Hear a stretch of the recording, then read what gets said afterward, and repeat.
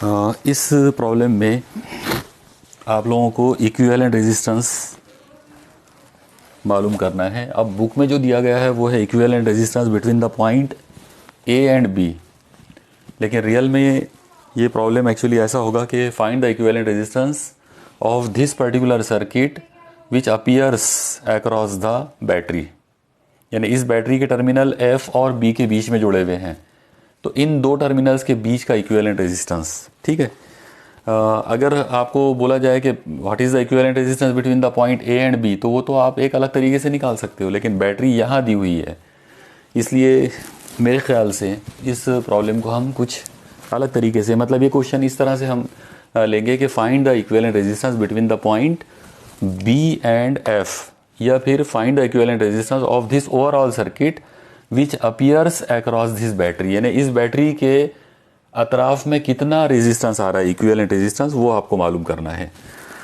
चलो देखो इसको शुरू करते हैं। सबसे पहले आपको इसमें करंट्स जो है उनकी डायरेक्शंस डिसाइड करना पड़ेगा। ओके, तो हम एक काम करते हैं, यहाँ से करंट आई जो है वो निकाल लेते हैं। मान लो कि यहाँ से आई करंट निकला। ओके, अब ये जो आई करंट है पॉइंट एफ पर आने के बाद ये दो हिस्सों में डिवाइड हो जाएगा, तो कुछ करंट इधर जाएगा, तो मैं इसका नाम I1 रख देता हूँ, तो कुछ करंट इधर जाएगा। अब आप इमेजिन करो कि आई करंट का एक पार्ट I1 है, तो दूसरा पार्ट इधर चला गया।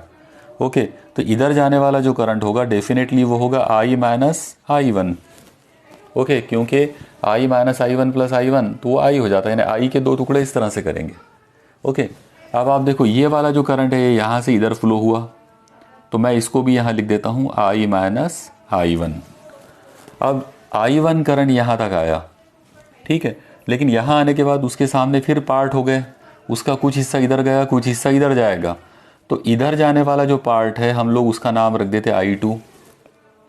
तो अगर ये वाला करंट I2 है तो इधर जाने वाला जो करंट होगा I1 का एक पार्ट I2 है, तो इसका मतलब इधर जाने वाला करंट हो जाएगा I1 माइनस I2। ओके, तो ये यहाँ से इधर I1 माइनस I2 जाएगा। अब आप I2 को देखो, I2 करंट यहाँ आया, यहाँ से इधर चला गया, यहाँ से वो इधर जाएगा, ये हो गया I2 करंट। अब आप लोग पॉइंट H को देखो, पॉइंट H पर I माइनस I1 ये वाला करंट आया, और इधर से ये वाला करंट आया I1 माइनस I2, ये दोनों यहाँ पे प्लस हुए, तो प्लस ये वाला करंट कौन सा है, I1 माइनस I2। ओके, तो ये दोनों मिलकर इधर गए, तो अब देखो इन दोनों को अगर सॉल्व करेंगे तो ये minus I1 plus I1 cancel होता, तो I माइनस I2, मतलब इधर जाने वाला ये जो करंट है तो इसकी वैल्यू होगी I माइनस I2 के बराबर। ओके, मुझे उम्मीद है आपको ध्यान में आ रहा होगा पूरा। अब आप देखो आखिरी चीज़, I माइनस I2 ऊपर आया यहाँ पर इस जगह पर, इधर से I2 आया, और ये दोनों जब मिलेंगे तो ये I2 और ये माइनस I2 कैंसिल हो जाएंगे, तो ये हो जाएगा I, मतलब यहाँ से निकलने वाला जो करंट होगा वो I होगा, मतलब जो करंट हमने बैटरी में से निकाले थे वो करंट वापस आ गया है। ओके, तो बस अगर आप लोग ये चीज़ ध्यान में रखो कि जो करंट आप बैटरी से निकाल रहे हो, अगर वो करंट आपके घूम फिर कर डिवाइड होकर वापस रीयूनाइट होकर अगर वो वापस आ जाता है, तो मतलब आपने सब सही डिस्ट्रीब्यूशन किया है। ओके, चलो एक चीज़ तो यहाँ कंफर्म हो गई कि करंट का डिस्ट्रीब्यूशन इस फिगर में बिल्कुल सही है। अब हम लोग इसको सॉल्व करना शुरू करते हैं। तो शुरुआत हम करेंगे पहले वाले लूप से। चलो देखो, पहला लूप है A B H G A, मतलब ये वाला लूप। अब ये लूप में अगर मैं KVL अप्लाई करता हूँ तो ये आएगा summation of E plus summation of IR equal to 0। Okay, अब आप लोग देखो समेशन ऑफ E, इतने पार्ट के अंदर EMF 0 है तो प्लस। अब शुरू करेंगे हम लोग एक एक करंट को उसके रेजिस्टेंस से मल्टीप्लाई करके। तो आप लोग देखो हमारा जो सेंस है वो ऐसा है, ट्रेसिंग इस तरह से ले रहे हैं हम लोग, तो यहाँ पर हमारी ट्रेसिंग ऐसी जा रही है, तो I2 हमारे साथ में है, मतलब उसको हमको माइनस लेना पड़ेगा, तो माइनस I2 इंटू R, और R की वैल्यू 10 है। ओके, तो I2 इंटू 10, उसके बाद प्लस। जब हम B से इधर जाएंगे तो हमारा ट्रेसिंग नीचे जाएगा लेकिन करंट ऊपर जा रहा है, तो उसको प्लस लेना पड़ेगा, मतलब वो आ जाएगा I माइनस I2 और उसका जो रेजिस्टेंस है वो भी 10 है क्योंकि सभी की वैल्यू 10 दी हुई है। चलो ठीक है, प्लस अब आप यहाँ तक आ गए H तक। H से जब आप इधर जाओगे तो आपकी ट्रेसिंग इधर जाएगी और करंट इधर जा रहा है, इसका मतलब ये भी अपोज में है, तो ये इसको आप पॉजिटिव लेंगे तो I1 माइनस I2 और रेजिस्टेंस है 10, ओके, इनटू सॉरी प्लस अब आप G तक आ गए। G से अब आप वापस इधर चलोगे, ओके, क्योंकि यहाँ से स्टार्ट किए थे ना हम लोगों ने, तो अब जब G से आप इधर जाओगे तो यहाँ पे करंट आएगा I2, लेकिन I2 हमारे साथ में है तो उसको माइनस लेना पड़ेगा, तो माइनस I2 इंटू 10, क्योंकि ये रेजिस्टेंस भी 10 है, इक्वल टू 0। एक बार आप इसको फिर से कंफर्म कर लेते हैं। देखो देखो समेशन ऑफ E मतलब इतने पार्ट के अंदर कोई EMF नहीं है तो 0, प्लस यहाँ से मैंने स्टार्ट किया था तो पहला करंट लिया I2 जो इधर जा रहा था साथ में, इसलिए माइनस I2 इंटू 10, ये दोनों प्लस में आएंगे क्योंकि ये हमारे अपोज में है, तो I माइनस I2 इंटू 10, ये भी अपोज में आएंगे तो I1 माइनस I2 इंटू 10, और फिर यहाँ से इधर I2 हमारे साथ में है इसलिए उसको निगेटिव लेना पड़ा, माइनस, करेक्ट है। चलो अब आप लोग इसको सॉल्व करो, प्लस माइनस को, ये प्लस का कोई मतलब, प्लस माइनस माइनस हो जाएगा तो माइनस 10 I2, ओके, यहाँ पर ये 10 अंदर आ जाता तो plus 10 times I minus 10 times I2, ये यहाँ पर अगर इसको सॉल्व किए तो देखो आप बराबर, ये माइनस 10 I2 और ये प्लस 10 I और माइनस 10 I2, यहाँ सॉल्व करो, प्लस ये 10 अंदर आ जाएगा तो 10 I1, यहाँ पर आ जाएगा माइनस 10 I2 और ये plus minus minus 10 I2 equal to 0, ठीक है। अब आप इसमें देखो कि इसमें इसको सॉल्व कर लेते हैं पहले, देखो कितने होता है, minus 10 I2 minus 10 I2 minus 10 I2 minus 10 I2, total मिलाकर 4 बार है, यानी माइनस 40 I2, ओके, और यहाँ से है प्लस 10 I ये, और यहाँ से है प्लस 10 I1 इक्वल टू 0, ठीक है। अब आप इसमें एक काम कर सकते हो, इसमें से 10 से डिवाइड कर दिए तो ये क्या हो जाएगा, minus 4 I2 plus I1 equal to 0। हम इसमें से एक काम कर सकते हैं, I की वैल्यू निकाल सकते, तो अगर मैं यहाँ पे I की वैल्यू निकाल लूँ तो ये दोनों को उधर शिफ्ट करना पड़ेगा, तो ये आएगा I इज़ इक्वल टू, ये उधर जाकर प्लस हो जाएगा तो ये होगा 4 I2 और ये आएगा माइनस I1, ओके। तो चलो ये एक इक्वेशन हमको मिल गई, इतने लूप में से I की वैल्यू इतनी आ गई है, ओके। चलो अब हम आगे बढ़ाएंगे, अगली इक्वेशन मतलब अगला लूप। देखो आप लोग अपना सेकंड जो लूप है वो G से स्टार्ट करो, तो G H, अब इसका नाम दिया हुआ नहीं है इसलिए इसको छोड़ दो, F और वापस G, ये वाला जो लूप है। अब इस लूप के अंदर हम देखेंगे summation of E plus summation of I R equal to 0। अब इसमें समेशन ऑफ E का मतलब तो 0 लेना पड़ेगा, तो प्लस स्टार्ट करेंगे हम G से, G से स्टार्ट करें, पहला करंट ये हमारे साथ में आ गया तो इसका मतलब ये हो जाएगा माइनस, R की वैल्यू 10 है तो 10, आप उसको इस तरह से ले सकते हो, summation of E plus minus I1 minus I2 into 10, okay, plus जब आप यहाँ से इधर जाओगे, इधर ये साइड में, तो ये I माइनस I1 ऊपर जाएगा, यानी हमारे ट्रेसिंग के अपोज में जा रहा है तो उसको प्लस लेना पड़ेगा, तो आ जाएगा I minus I1 into 10, okay. उसके बाद यहाँ से जब इधर चलेंगे तो फिर ये हमारे अपोज में जाएगा, तो plus I minus I1 into 10, फिर यहाँ से इधर जाएंगे तो ये साथ में चलेगा, मतलब ये प्लस माइनस I1 इंटू 10, ये 10 इक्वल टू 0। तो देखो ऐसी कोई इक्वेशन बनेगी, देख लो एक बार आप लोग, अब इसको प्लस माइनस को सॉल्व करो, ये ज़ीरो का कोई मतलब नहीं है, ये 10 से इसको मल्टीप्लाई किए तो -10i1 और ये माइनस अंदर आ गया तो minus minus plus 10i2। Okay, अब यहाँ देखो ये 10 यहाँ आ गया तो plus 10i minus 10i1। Okay, यहाँ पे अब इसको करो तो प्लस 10i और ये आएगा माइनस 10i1 और उसके बाद ये यहाँ पे देखो तो माइनस 10i1 इक्वल टू 0।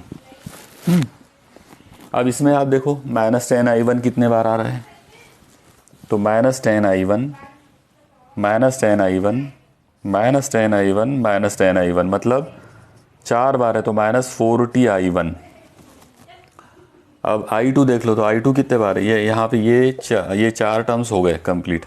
अब कौन बचा, ये 10i प्लस 10i मतलब ये कितना हो जाएगा प्लस 20i और ये कौन है plus 10i2 equal to 0। Okay, चलो ठीक है, यहाँ तक सब सही है, सारी चीज़ें नोट डाउन कर लो आप बराबर इसको। अब इसी इक्वेशन को हम थोड़ा सा और सॉल्व कर लेते। तो देखो सबसे पहले इसमें से ये ऐसा हो जाएगा, 10 से डिवाइड कर लिए तो ये आ जाएगा -4i1 plus 2 times i plus i2 equal to 0। Okay, और अब क्या हो सकता है, ये 2i को छोड़कर अगर इन लोगों को उधर शिफ्ट कर दिए तो ये आ जाएगा 2i इज इक्वल टू, ये उधर जाकर प्लस हो जाएगा 4i1 माइनस i2। तो चलो मैं इसको यहाँ लिख देता हूँ, 2 times i is equal to 4i1 minus i2। चलो ये दो इक्वेशंस, ऊपर वाले लूप के लिए ये इक्वेशन, नीचे वाली लूप के लिए ये वाली इक्वेशन, ऐसी दो अलग अलग इक्वेशंस हमको मिली।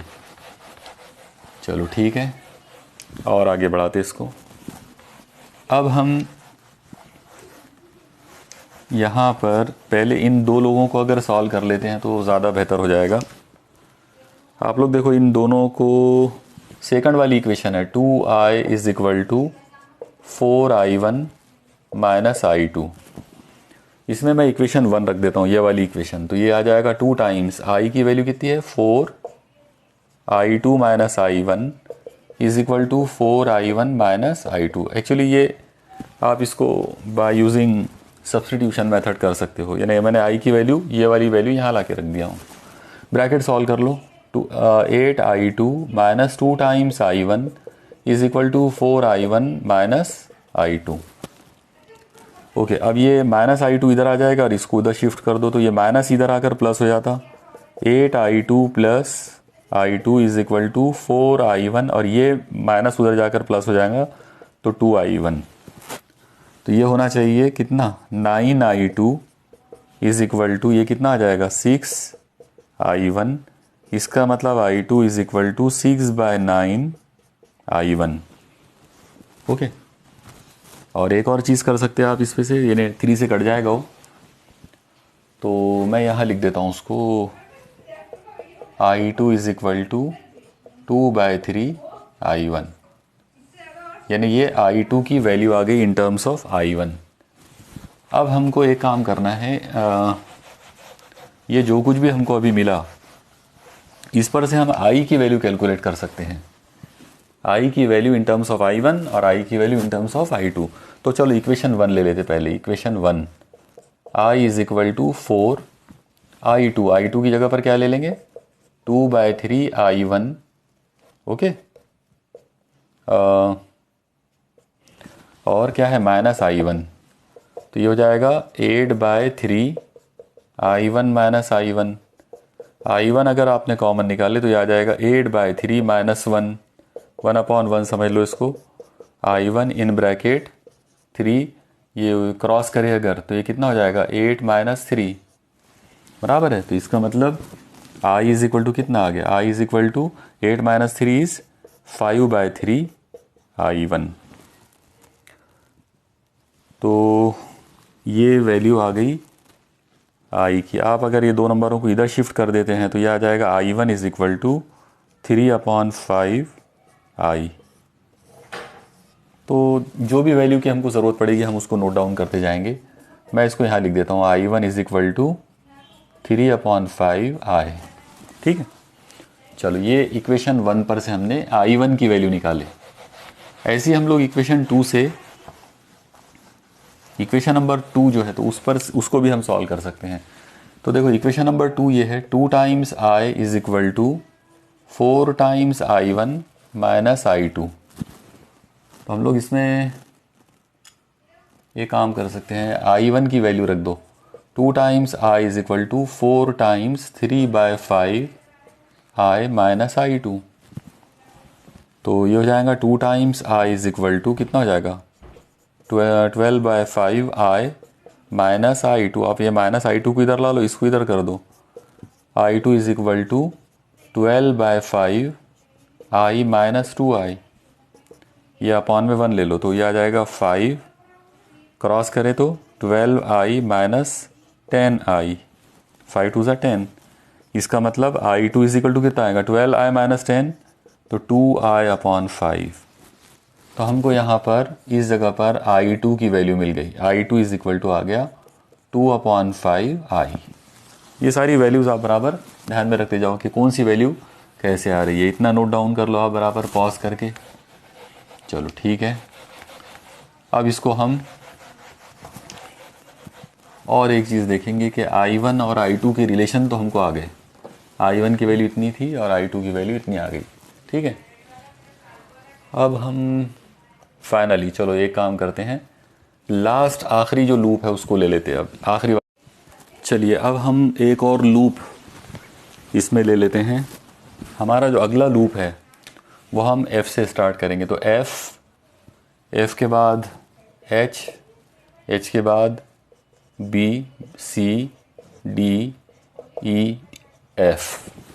देखो एक बार आप लोग, F H B C D E F, ये वाला लूप। अब इस लूप में मैं KVL अप्लाई करूँगा, तो summation of E plus summation of I R equal to 0, summation of E इस मरतबा है EMF, ये इस तरह से जब आएगा तो EMF आएगा -2 प्लस, मतलब प्लस, तो प्लस E लेना पड़ेगा, बराबर है, प्लस साइन कन्वेंशंस याद रखो आप लोग। अब यहाँ से स्टार्ट करो, पहला करंट, तो देखो पहला करंट हमारे साथ में है मतलब माइनस, ये आ जाएगा I minus I1 into 10 plus, यहाँ तक आ गए, यहाँ से इधर जाएंगे तो फिर यही वाला करंट मिलेगा, साथ में ही है करंट भी, तो minus I minus I1 into 10 plus, अब एज तक आ गए, एज से आगे बढ़ेंगे वो करंट फिर से साथ में रहेगा, मतलब minus I minus I2 into 10 equal to 0।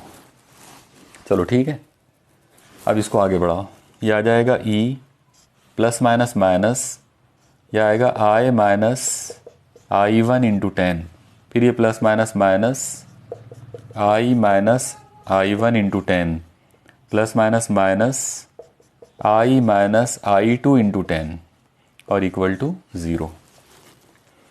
ठीक है, एकदम सुकून से इत्मीनान से इसको करो, क्योंकि थोड़ी सी भी अगर मिस्टेक होती है तो सब गलत हो जाएगा। ये आ जाएगा E माइनस, अब ये 10 यहाँ ले लेते तो 10I, ये माइनस माइनस हो जाएगा प्लस 10I1। ओके, फिर यहाँ पर ये यहाँ आ जाएगा तो माइनस 10I और माइनस माइनस प्लस 10I1, फिर यहाँ ले लो minus 10I minus minus plus 10I2 equal to 0। Okay, चलो अब इतना आप बराबर पॉज करके नोट डाउन करते जाओ। चलो आगे बढ़ाते इसको।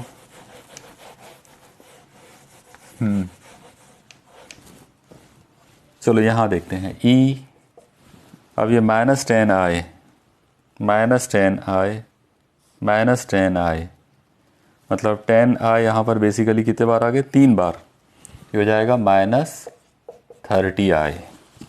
अब I1 को देख लो, ये इनको मैं जिनको लिख दिया इनको कट कर देते, I1 को देख लो, 10I1 10I1, तो ये हो जाएगा प्लस 20I1, उसके बाद प्लस I2 वाली टर्म एक ही है तो 10I2 इक्वल टू 0।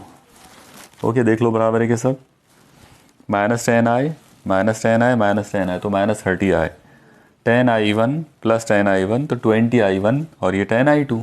चलो ठीक है, ओके। अब इसमें हम i1 और i2 की वैल्यू रख सकते हैं। यह आ जाएगा e minus 30i plus 20, i1 की वैल्यू है 3/5i प्लस 10, i2 की वैल्यू रख दो, वो है 2/5i इक्वल टू 0।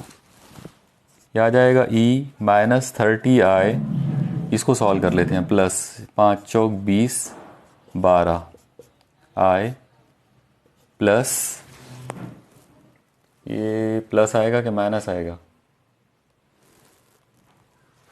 तो कितना होना है ये 4i इक्वल टू, इसका मतलब e इज़ इक्वल टू कितना होना है, -12 और -4 -16, और -16 मतलब 14i।